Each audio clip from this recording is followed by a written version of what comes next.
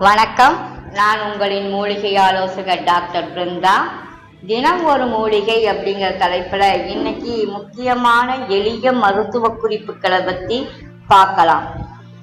ஒரு டம்ளர் வெந்நீர்ல ஒரு ஸ்பூன் சர்க்கரை, ஒரு ஸ்பூன் நெய் விட்டு கலக்கி குடிச்சிட்டு வந்தாங்க அப்படின்னா வயிற்று வலி மாயமா மறைஞ்சு போகும். உடல் பருமனை குறைக்க இரவு ஒரு ஸ்பூன் ஓமத்தை தண்ணீர்ல போட்டு காலையில வடிகட்டி ஒரு ஸ்பூன் தேனோட கலந்து குடிச்சா உடல் பருமன் குறையும்.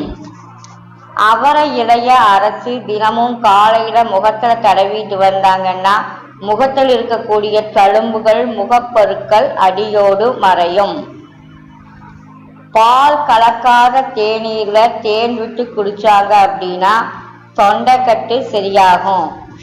சுக்க தூளாக்கி எலுமிச்சம்பழ சாறுல கலந்து சாப்பிட்டாங்க அப்படின்னா பித்தம் குறையுது. தேங்காய் எண்ணெயில எலுமிச்சஞ்சாறை கொதிக்க விட்டு ஆறிய பின்னாடி மூட்டுகளை தேய்ச்சாங்க அப்படின்னா வலி நிவாரணம் கிடைக்குது. துளசி இலைய போட்ட நீரை தினமும் குடிச்சிட்டு வந்தாங்க அப்படின்னா ஞாபக மருதி நீங்கி மூளை பலம் பெறும். மிளகுத்தூளோட நெய், வெல்லம் கலந்து உருண்டையாக்கி சாப்பிட்டுட்டு வர தொண்டை புண் குணமாகுது. வெங்காயத்தை சிறுசு சிறுசா நறுக்கி பனங்கற்கண்டோடு சேர்த்து வதக்கி காலையில வெறும் வயிற்றுல சாப்பிட்டாங்க அப்படின்னா நரம்பு தளர்ச்சி குணமாகுது.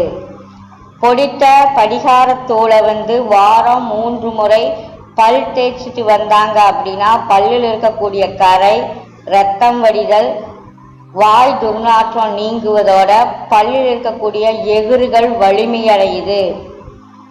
அதிக தலைவலி இருக்கும்போது ஒரு பாத்திரத்துல தண்ணீர் ஊற்றி மூடி நல்லா கொதிக்க வச்சு இறக்குனதையும் 2 ஸ்பூன் காபி பொடியை போட்டு ஆவி பிடிச்சாங்க அப்படின்னா தலைவலி, தலைபாரம் உடனே குணமாகும்.